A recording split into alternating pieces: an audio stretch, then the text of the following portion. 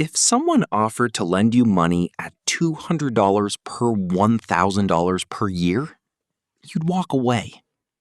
Hand that same deal through a shiny card and 12 pages of fine print, and most people say yes.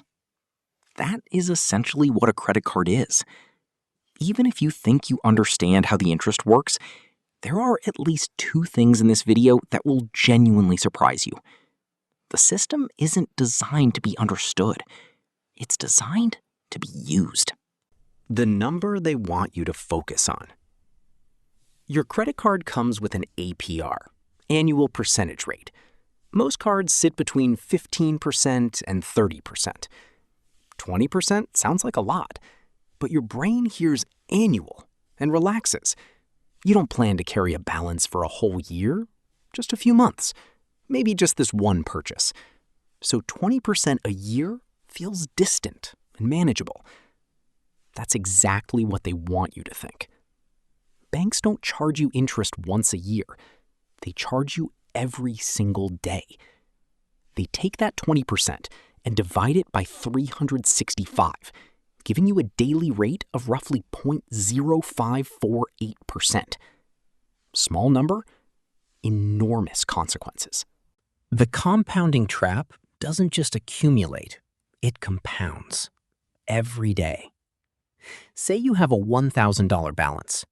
Day 1, you're charged 0.0548%, about 55 cents. Day 2, the bank doesn't charge that rate on $1,000. It charges it on 1,055 cents. Your interest is charging interest. Repeat that 365 times, and a 20% APR doesn't actually cost you 20% per year. It costs you 22.13%. That gap is called the effective annual rate, and your bank will almost never show it to you voluntarily. The APR is the advertised price. The EAR is the real price. The difference is taken from you silently, every single day. The minimum payment machine. Your monthly statement shows a minimum payment, usually 1% to 2% of your balance, or a small flat amount. It looks reasonable. It looks like progress. It isn't. Take $3,000 in credit card debt at 20% APR.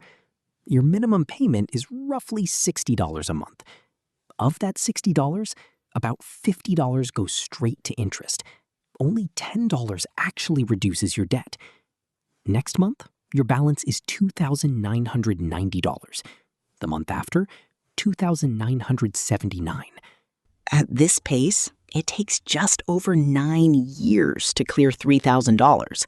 And by the end, you've paid about $6,500 total, more than double what you borrowed, just in a fixed monthly drip that felt perfectly manageable the whole time. The minimum payment isn't a payment plan.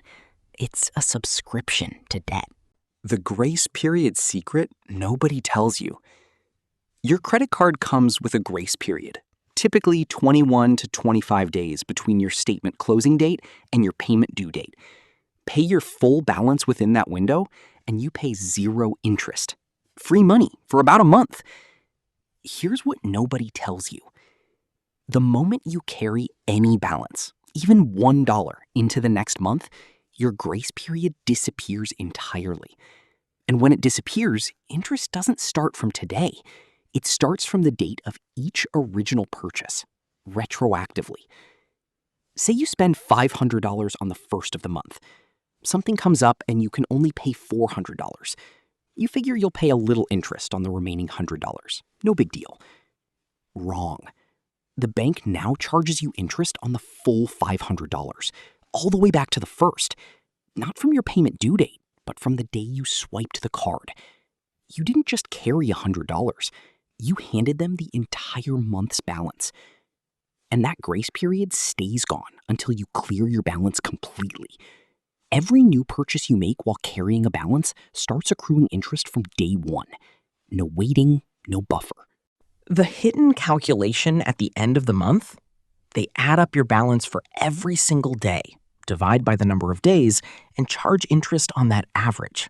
It's called the average daily balance method.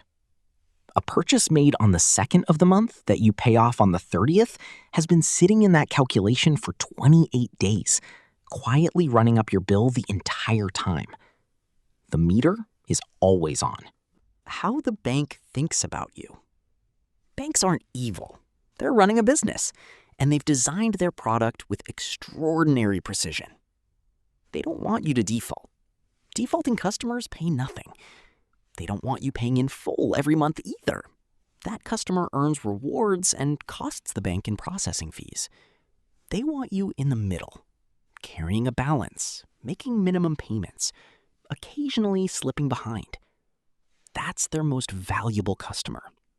The entire structure, the APR, the minimum payment, the grace period, the average daily balance, is engineered to move you into that zone and keep you there. So, what do? Credit cards aren't the enemy. Fraud protection, purchase insurance, rewards, building a credit history. These are real benefits. The goal isn't to avoid credit cards. It's to use them on your terms, not theirs. Pay your full statement balance every month, not 90% of it, the full amount. That's the only way to keep your grace period alive and pay zero interest. If you can't pay in full, pay as much as possible and attack the highest interest debt first. Every extra dollar toward principal today removes compounding interest from every day forward.